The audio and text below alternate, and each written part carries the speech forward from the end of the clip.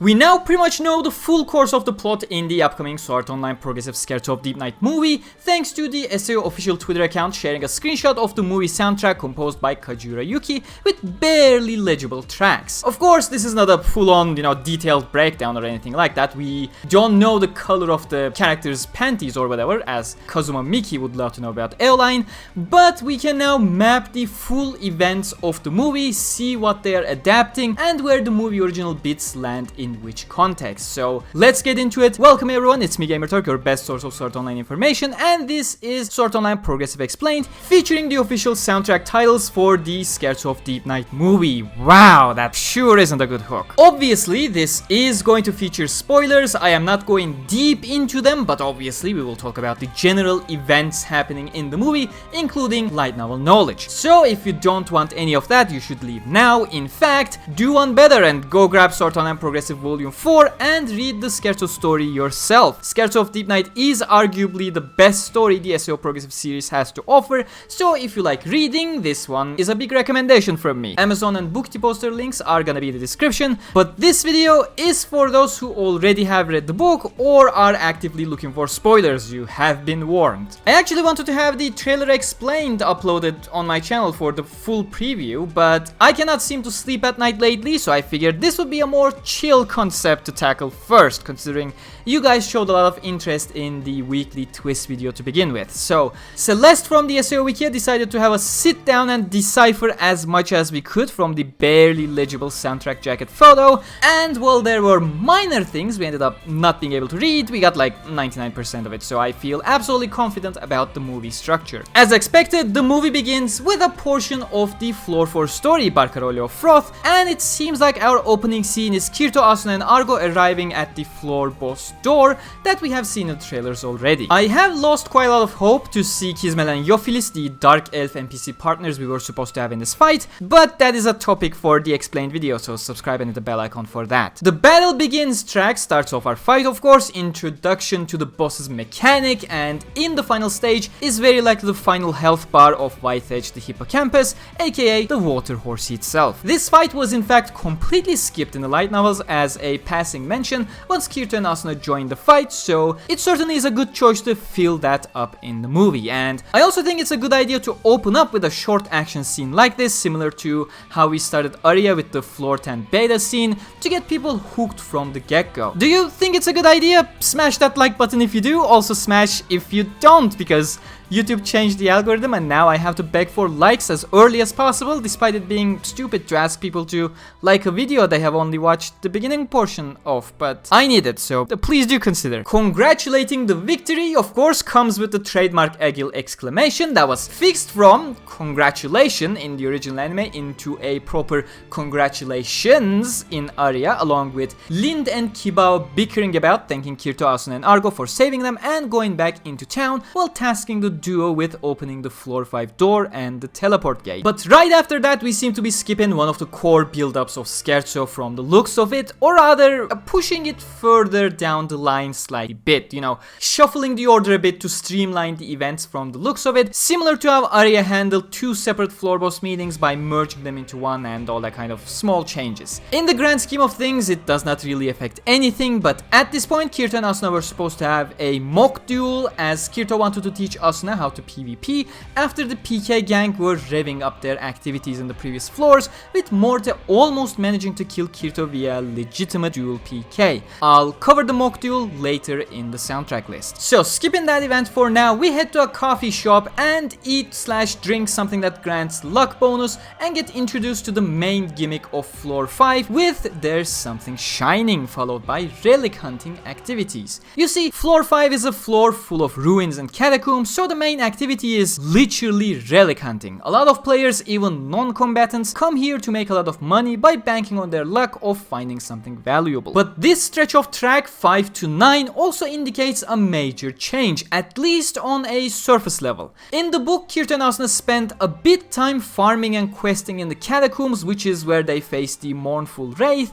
and then go back to the inn. Kirito worries about the safety of Argo after not receiving any messages from her, but tries to act like it's all fine to not worry Asuna, and then tries to sneak away at night to search the catacombs for Argo, which Asuna realizes, tries to follow, but ends up triggering a trap that launches her into the lower floors of the dungeon, where her chivalric rapier is stolen by a loot goblin of this floor, Sly Shrewman, that you will find familiar to the spry Shrewman back on floor 1 that Mito chased to get Asuna the Wind Flurry, which was also changed from the light novels. But unless we are getting like completely silent, no music scenes in between, it looks like their questing directly ties into the trap Asuna gets stuck in the movie. Also, good time to mention, I guess, it seems like we are skipping Kirito and Asuna's trip back to floor 4 to obtain a reward from the L4 campaign, which is where Asuna upgrades to the chivalric rapier as well, you know, mentioning just to be a completionist. Tracks 10 to 14 are quite the horror story for Asuna that I am very eager to watch in the movie. Incredibly tense and dark moments for Asuna as she uses every bit of her ingenuity to find the Sly Shrewman that stole her rapier, failing to do so, and then stumbling upon two PK gang members having a secret meeting, and also those two finding Asuna's rapier by killing the exact Sly Shrewman Asuna was searching for. Then, when Asuna was about to do something very reckless in her despair, Kirito arrives on the scene without anyone knowing Asuna is around, you know, she's hiding, which is track 15, he is clad in black. While the tension between Kirito and the two PK gang members escalates, Asuna makes her surprise appearance, uses her ingenuity and understanding of game mechanics based on her experiences with Kirito in the past couple of floors, and manages to steal her chivalric rapier back, which is track 16 and 17, as Asuna has her breakdown moment while the PK duo run away due to appearing monsters. The two tracks that follow actually confirm one of the earliest theories I had based on the initial reveal trailer with the hill shot. Seems like the mock duel I mentioned earlier has been changed into this part of the movie, but the duel will not get very far if they stick to the same mock duel portrayal in the books, and I imagine they will because they have another duel coming up later in the movie. Track 20, it's actually preparing for a party. I guess I corrected Cell a bit too late and he had already shared a screenshot on Twitter by then. Scherzo as a story takes place in the final weeks of 2022, and the two guilds, Aincrad Liberation Squad and Dragon Knights Brigade, are prepping up for a joint New Year's party to strengthen the bonds between the two guilds, constantly butting heads otherwise. Track 21 and 22, however, is when Kirito and Asuna learn about a scheme and talk to some trustworthy members from both guilds, where Kibao's ALS aims to secretly tackle the floor 5 boss on their own to grab the guild flag, a drop from the boss, to get an edge over DKB. This is where Kirito, Asuna and Argo start haphazardly creating their makeshift team to tackle the boss before the ALS does, which includes neutral members like Egil's Bro Squad, as well as members of both ALS and DKB like Shibata and Litten respectively. Since the long 90-second trailer, I no longer think Nessa will be in the movie, again something I'll talk about in the explained video later. Tracks from 23 to 28, quite a long period, is the Asuna and Mito confrontation I imagine, which is the movie original addition to Scherzo. 23 and 24 are arguable, maybe it's a previous scene with Kirito, but the rest appears quite clear cut. Trying to find trustworthy members for the boss raid, Asuna seems to go to Mito to convince her to join them,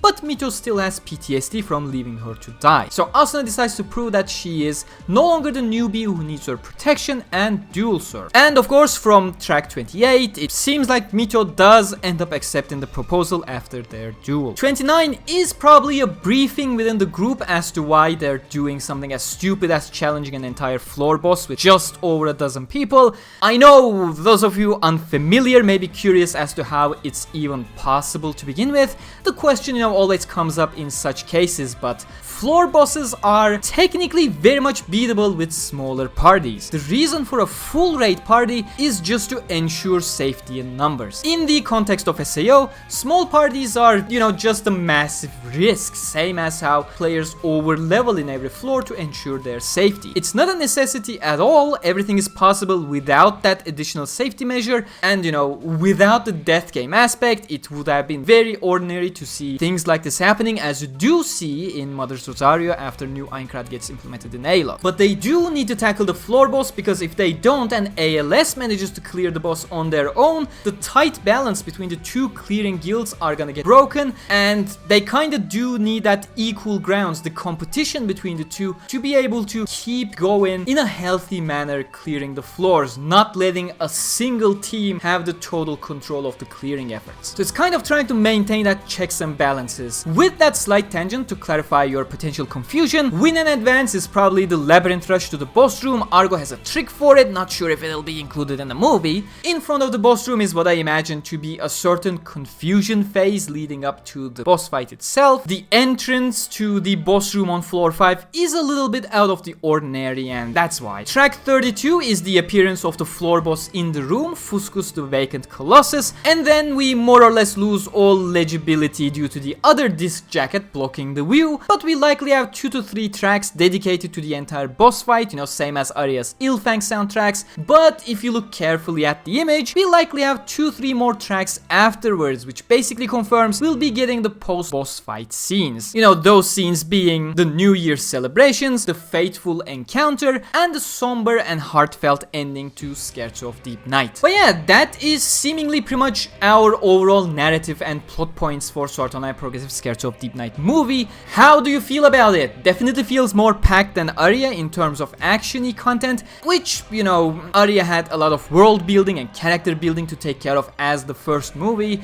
Just a kind reminder that while I am pretty confident about it, what I've talked about have still been assumptions based on soundtrack titles. So don't come knocking my door if That Rapier Is Mine ends up being Quinella barging in and stealing Asuna's chivalric rapier or something. That is an exaggerated joke, of course, but you know what I mean. Don't go around overhyping stuff because I think they are gonna be in the movie, or lose all your meaning of life because I predict a certain scene to not be in the movie based on literal soundtrack titles. But tell me, what scene out of the things I mentioned in this video are you looking forward to the most? Let me know in the comments, along with typing First Strike Duel to let me know you made it this far. If you have questions you want answers to, use hashtag AskGamerturk and I'll make videos specifically to answer them too, if there are enough questions, that is. If you enjoyed this explained, do leave a like, subscribe and hit the bell icon for future SAO explained content. Follow me on Facebook and Twitter for the fastest news possible. A huge thanks to all my patrons and channel members as always, and until next time, stay cool.